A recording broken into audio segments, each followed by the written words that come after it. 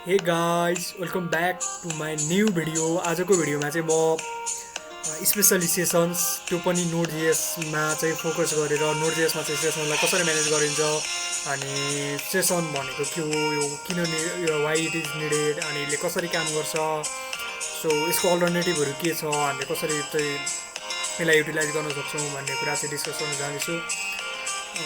So let's begin. आज चाहिँ मेरो मेन कन्टेन्टहरूमा चाहिँ के छ भन्दाखेरि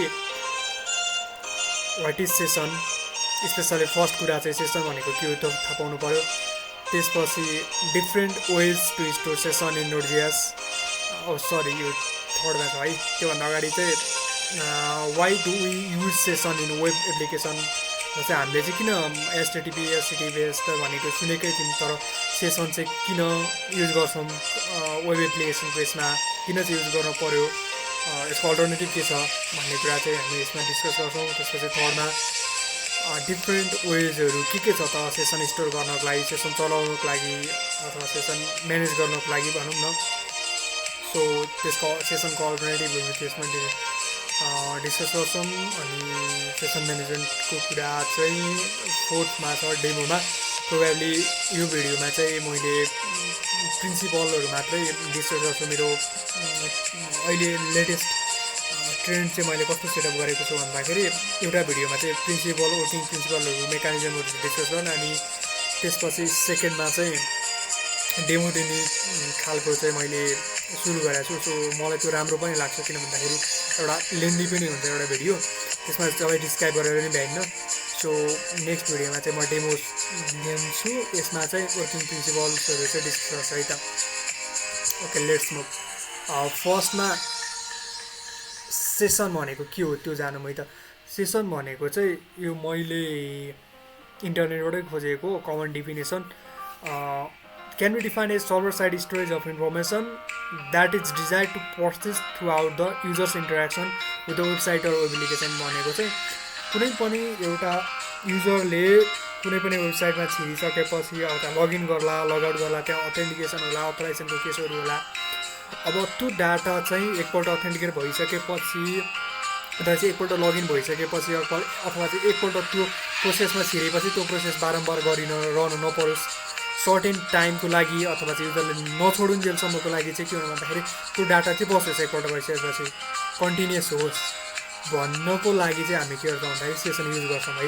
बेसिकल्ली कुनै सर्भरमा अब हामी लगइन गऱ्यौँ, जस्तै फेसबुकमा लगइन गऱ्यौँ भनेदेखि अथवा गुगलमा लगइन गऱ्यौँ भनेदेखि चाहिँ के हुन्छ भन्दाखेरि त्यो त्यसको डाटाबेसमा चाहिँ डाटाबेसबाट चाहिँ के हुन्छ अथेन्टिकेट हुन्छ नि त, यो युजर हो कि होइन भन्ने कुरा भ्यालिडेट गर्छ। त्यसै युजर हो भनेदेखि चाहिँ okay this is the user and we should let him in भन्ने कुरा चाहिँ उसले भेरिफाई गरिसकेपछि राख्छ। अनि अब हामीले त्यो केबाट लगइन गरेको छौँ त होइन, ब्राउजरबाट लगइन गरेको छौँ कि अथवा उसको एप्लिकेसनबाट गरेको छौँ, ब्राउजरबाट गरेको छौँ भनेदेखि त्यसलाई अब कति टाइमसम्म चाहिँ लगइन भइराख्न दिने अथवा चाहिँ के गर्यो भने चाहिँ लगइन भइराख्न दिने, के त्यो कति समय एक्सटेन्ड गर्ने भन्ने कुरा चाहिँ सेसनमा पर्छ, सेसन म्यानेजमेन्ट पर्छ।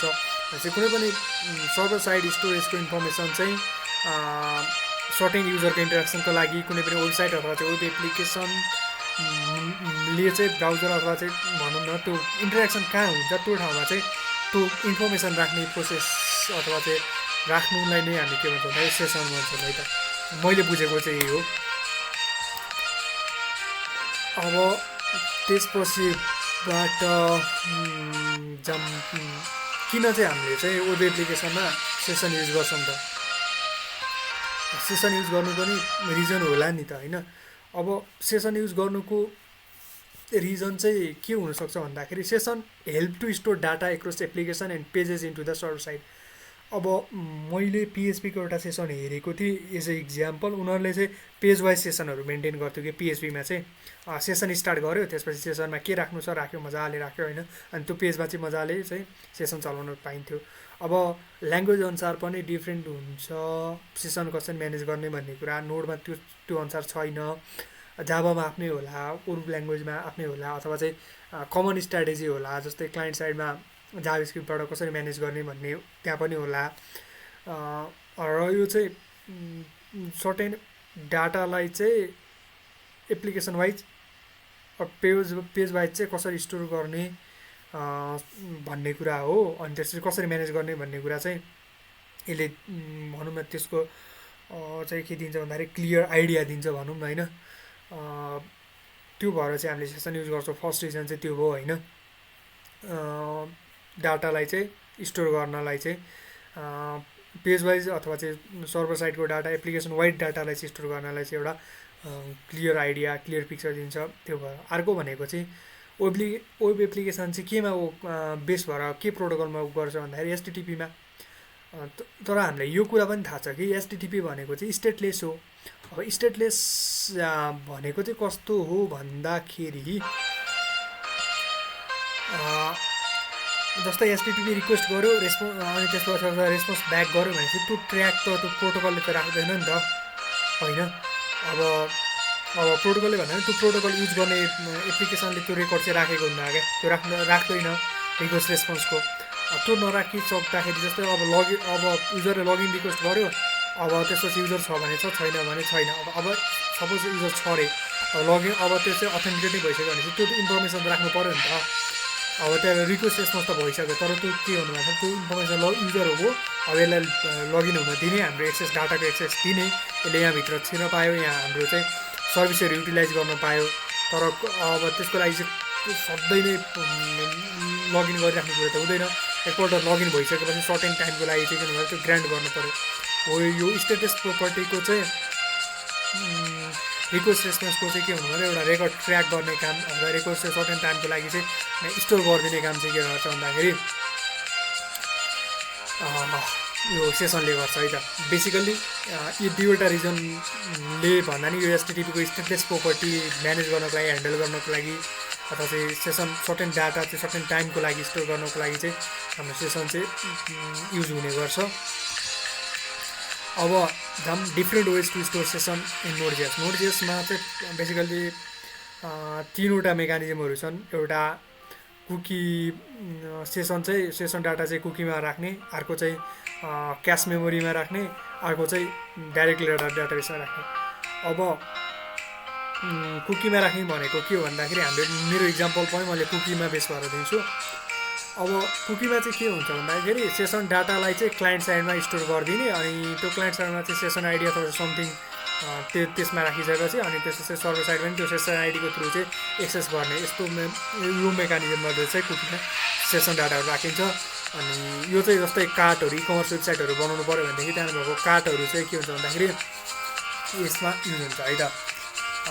यस कुकी मेथडबाट चाहिँ अथवा चाहिँ सेसन डाटा चाहिँ कुकीमा राखेर चाहिँ युज गरिन्छ। त्यो कार्टहरू चेकआउट भनौँ न कार्टहरू म्यानेज गर्नको लागि अथवा चाहिँ प्रोडक्टहरू इकमर्स वेबसाइटमा चाहिँ म्यानेज गर्नको लागि चाहिँ सेसन डाटालाई कुकीमा राखिन्छ। अर्को मेमोरी क्यास। अब मेमोरी क्यास चाहिँ अलि लङ्गर टर्मको लागि राख्नु पऱ्यो। हुन त कुकीमा पनि लङ्गर टर्म राखेको छ, यहाँ चाहिँ लङ्गर टर्म भन्दा पनि मेमोरीको लागि है त। अब कुकीमा चाहिँ यस्तै 42 KB राख्न सकिन्छ भने क्यासमा चाहिँ 10 MB टाइपको अथवा चाहिँ 10 MB यस्तै डाटाबेसमा चाहिँ अझै बढ्यो भनेको साइज अनुसार चाहिँ डाटा कति डाटा राख्नुपर्ने हो त्यसको बेसिसमा चाहिँ बेसी यो युज हुने है। यिनीहरू चाहिँ यो different type of session data चाहिँ राख्नको लागि चाहिँ अब मेमोरी क्यासमा चाहिँ क्यास मेमोरी जस्तै रेडियस मेम क्यास यिनीहरू छ होइन। मैले चाहिँ रेडियस युज गरेको छु, मेम क्यास चाहिँ युज गरेको छैन। अब क्यास चाहिँ मेमोरीमा स्टोर हुन्छ र त्यो हामीले चाहिँ एज अ मोडल चाहिँ रेडियस युज गर्छौँ। अनि सेसन डाटा चाहिँ हामीले चाहिँ क्यासमा राखेर युज गर्न सकिन्छ। अनि त्यही हो, यो चाहिँ त्यही हो कम्प्युटर टर्न अफ नगरुन्जेलसम्मको लागि हुन्छ। कुकीको चाहिँ अब ब्राउजरबाट म्यानेज हुन्थ्यो भनेदेखि क्लाइन्ट साइडबाट म्यानेज हुन्छ भन्दाखेरि त्यो एप्लिकेसन रन हुन्जेलसम्म चाहिँ भयो होइन। त्यहाँनिर चाहिँ कुकी सेसन डाटा चाहिँ त्यसरी म्यानेज हुन्थ्यो। उसमा चाहिँ कुकीमा चाहिँ मेमोरी क्यासमा चाहिँ अब त्यो सिस्टम रन हुन्जेलसम्म चाहिँ अथवा चाहिँ त्यसको कति लाइफ स्प्यान कति छ त्यो अनुसार चाहिँ यो बस्ने भयो। त्यस्तै अर्को डाटाबेस भनेको चाहिँ अब कति टाइमको लागि राख्ने भयो, फर्स्ट नगरुन्जेलसम्मको लागि चाहिँ यसमा बस्ने भयो डाटाबेसमा चाहिँ। अब यही हो different ways of storing sessions in Node.js चाहिँ तीनवटा अप्सन छ कुकीमा राख्ने क्यासमा राख्ने अनि डाटाबेसमा राख्ने डाटाबेसमा अब कस्तो खालको डाटाबेस हो एसक्युएल डाटाबेस हो कि नो एसक्युएल डाटाबेस हो कि होइन त्यो अनुसार पनि राख्ने गरिन्छ धेरै जस्तो चाहिँ लोकल डाटाबेस लोकल हाम्रो चाहिँ स्टोरतिर राख्ने स्टोरमा राख्ने चाहिँ धेरै हुन्छ डाटाबेसमा भन्दा पनि अनि डाटाबेसमा राख्नु पऱ्यो भने चाहिँ नो एसक्युएल डाटाबेस टाइपको महँगो डिबीतिर चाहिँ धेरै युज भएको पाइन्छ रिलेसनल डाटाबेसमा चाहिँ त्यति साह्रो युज हुँदैन तर कुनै कुनै केसमा चाहिँ अब युज भएको चाहिँ मानेछु मैले इक्जाम्पल चाहिँ देखाएको छु तर इम्प्लिमेन्ट चाहिँ गरेको छैन यसमा चाहिँ अब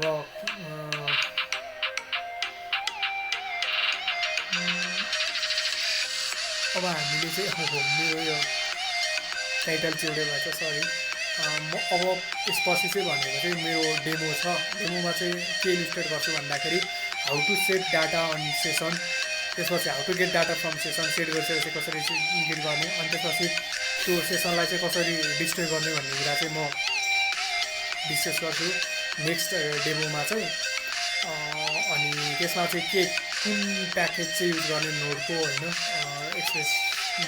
एक्सप्रेसमा जेनरल एक्सप्रेस युज गर्छौँ त्यसमा चाहिँ कुन युज गर्ने भन्ने कुरा नि म डिस्कस गर्छु सो ह्याभिङ सेड द्याट आजको लागि चाहिँ it's time to say thank you and you people are always being awesome and wonderful listeners, wonderful viewers. Please don't forget to give your comments how my video are going on अनि के missing छ त्यो चाहिँ तपाईँले point out गर्नुभएको छ भने please feel free to write it out reach me out यति भन्दै see you on next video on demo guys okay thank you stay safe stay healthy